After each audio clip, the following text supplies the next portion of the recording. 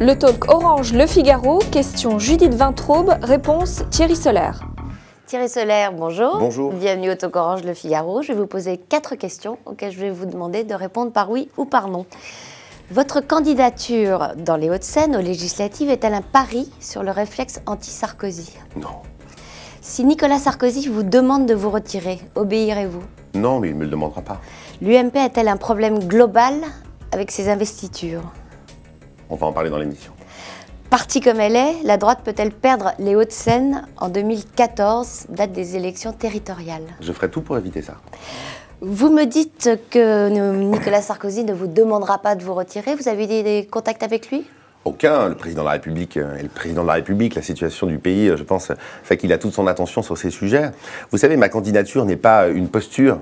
Je ne cherche pas, j'ai vu Dominique Perben qui avait annoncé qu'il retirait sa candidature à Lyon. Je ne cherche pas à être candidat dans cette belle circonscription. Je suis élu de Boulogne-Billancourt depuis plus de 10 ans. Je connais l'aspiration de mes électeurs, je connais leurs revendications. Et si on est député de la nation, on est aussi chacun, les parlementaires, les représentants d'un bout de France. Et cette aspiration-là, elle est niée par les parachutages.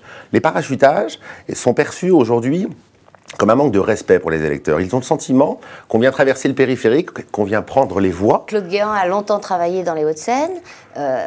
Par ailleurs, on reproche assez fréquemment aux hauts fonctionnaires de justement ne pas connaître le terrain, ne pas s'être frotté au suffrage universel. Alors comment on fait ? Ils ont le sentiment, les électeurs de Boulogne, je les entends moi sur les marchés. Tous les jours, j'y suis, tous les dimanches de l'année et pas qu'en période électorale. Ils ont le sentiment que cette affaire est humiliante pour eux. Moi, je ne peux me résoudre à ce que les habitants de Boulogne-Billancourt soient réduits à des machines à voix pour une formation politique, fût-elle la mienne. À votre avis, quelle est la vraie raison du retrait de Pierre-Christophe Baguet ? Moi, j'étais candidat à ces élections législatives, les habitants de Boulogne le savent. Il a eu peur de vous ? Il a fait des sondages, je pense qu'il s'est rendu compte qu'il est assez impopulaire, il a une gestion municipale, il avait promis de faire des jardins sur l'île Seguin, il en fait des tours de bureaux. Voilà, la population, vous savez, ça ne peut plus fonctionner comme ça. Il a eu peur de perdre ? Je pense que l'époque a changé, il l'a dit lui-même, il a voulu se consacrer sur son mandat de maire. Moi, je crois que l'époque a changé et qu'au lendemain de l'élection présidentielle, si notre UMP veut rassembler les électeurs de droite et du centre à l'Assemblée nationale, il faut qu'on modernise nos pratiques politiques. Les parachutages, je viens de vous en parler. Le cumul des mandats. Qui peut croire aujourd'hui qu'on peut continuer à gérer une grande ville de France en étant parlementaire? Moi, je veux aussi poser le débat du cumul dans le temps des responsabilités pour aérer notre démocratie. En tout cas, de plus en plus... C'est-à-dire 2 mandats non renouvelables. Je note d'ailleurs que le président de la République lui-même se l'est appliqué, a fait inscrire dans la Constitution qu'on ne pouvait pas... Et je me rappelle, comme tous les Français, de cette phrase, l'énergie qu'on met à durer, on ne la met pas à faire. Voilà, je crois que l'UMP, et c'est un travail difficile qu'est d'être secrétaire général. Moi, j'ai été auprès de Patrick Devedjian, Xavier Bertrand et aujourd'hui Jean-François Copé, font un travail excessivement difficile. Mais il faut moderniser nos formations politiques, en finir avec les parachutages, en finir avec ce cumul des mandats et en finir avec des méthodes de désignation à Paris, dans un bureau où 10 personnes décident à la place des habitants. Alors comment faut-il faire ? Moi, je fais ici, aujourd'hui, une proposition à Claude Guéant. Je lui propose que soit organisée à Boulogne-Billancourt une primaire transparente, le plus largement possible ouverte. C'est-à-dire pas simplement réservée aux adhérents de l'UMP ? Aux sympathisants, bien évidemment, à l'ensemble des sympathisants de notre famille politique, c'est-à-dire les sympathisants de la droite et du centre. Modèle socialiste, donc ? En tout cas, un acte de modernité. 1 euro par personne, je trouve ça très bien. Et je me soumettrai bien évidemment à cette candidature. Vous savez... à cette primaire, c'est-à-dire que si Guéant arrivait devant vous, vous vous retireriez ? Bien évidemment. Et si les sondages, si cette proposition de primaire n'est pas acceptée, ça n'en prend pas le chemin d'ailleurs, puisque dans plusieurs cas conflictuels, la proposition a été faite. Pour l'instant, la direction de l'UMP a toujours refusé. Je pense notamment à Paris, Rachida Dati, François Fillon.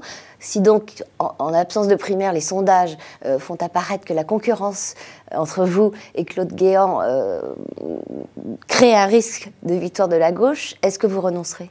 Boulogne est une ville moderne. Elle est composée avant tout de jeunes familles de 30 ans, de 40 ans, de 50 ans qui forment le corps de l'électorat.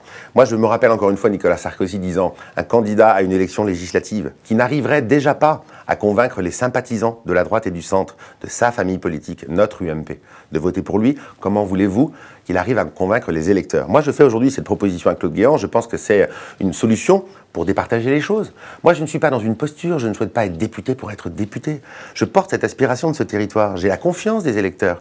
J'ai été le mieux élu de ce département. Je respecte, je connais ces aspirations-là, et c'est la proposition que je fais à Claude Guéant aujourd'hui. Patrick Devedjian, qui est l'actuel président du Conseil général des Hauts-de-Seine, soupçonne Claude Guéant de viser, au-delà des législatives, son fauteuil à lui, de président du Conseil général des Hauts-de-Seine, qui sera renouvelable en 2014. Est-ce qu'il a raison? Vous savez, on est au pouvoir depuis longtemps dans les Hauts-de-Seine, notre formation politique. Et je crois qu'il faut qu'on fasse très attention à l'image qu'on donne, d'abord parce qu'on est le département d'origine du président de la République, et aussi parce qu'on est là depuis longtemps, à faire attention à se renouveler, voilà, à arrêter de se caricaturer.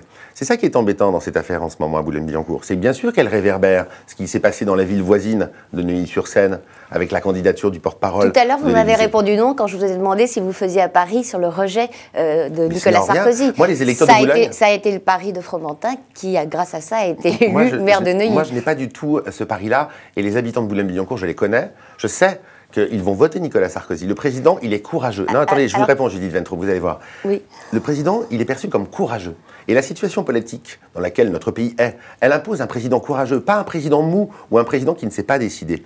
Mais derrière, les gens en ont assez de pratiques politiques qui ne sont pas tant celles de Nicolas Sarkozy, qui est moderne et qui a pu, par cette modernité, au démarrage du quinquennat, parfois heurter certains Français. Mais cette modernité-là, elle doit arriver dans les formations politiques. On ne peut plus gérer nos formations comme en 1970. C'était Georges Pompidou, en 1970, qui disait aux énarques « Allez en province, parachutez-vous ». Et les gens étaient ravis, parce que sa France était un pays centralisé. Et le parachuté arrivait avec le coffre-fort. Et on faisait le circuit de Manicourt, et on aménageait le territoire. Aujourd'hui, c'est perçu comme quelque chose qui ne respecte pas les aspirations des électeurs, et c'est le cas, c'est ce que me disent les habitants de ma ville. Vous ne m'avez pas répondu sur l'ambition, l'objectif réel de Claude Guéant. C'est le Conseil général ou pas? Non, je crois, moi j'écoute ce que dit Claude Guéant, je l'ai vu, il a eu la courtoisie de me prévenir de sa démarche, et je l'ai vu, je crois qu'il m'a écouté, il m'a même entendu.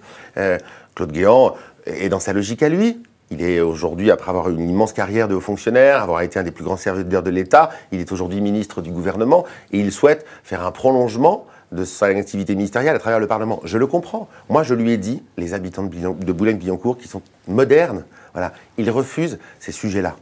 Voilà. Et après, pour le reste, encore une fois, je souhaite que le département des Hauts-de-Seine, et Patrick Devedjian l'a dit lui-même, et d'ailleurs ça se passe bien aujourd'hui.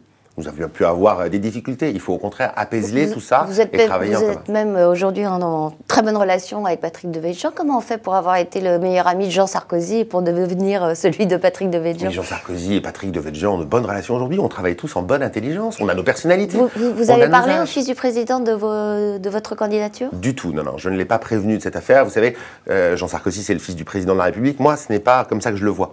C'est mon collègue et c'est mon ami. Et je ne souhaite pas l'instrumentaliser. Et vous n'en avez jamais parlé ensemble? Jamais. Bon, eh bien, aussi étonnant que ça paraisse, on va vous croire. Thierry Solaire, je vous remercie. Au revoir et à demain pour un nouveau Talk Orange, Le Figaro.